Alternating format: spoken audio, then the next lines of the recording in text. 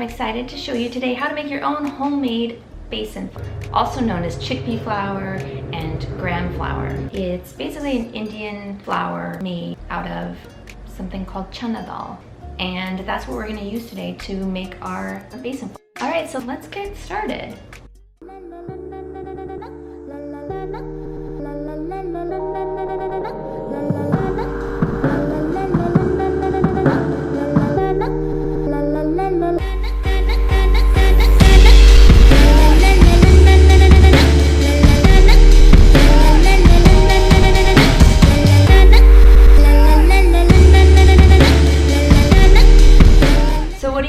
Your new homemade besan flour for.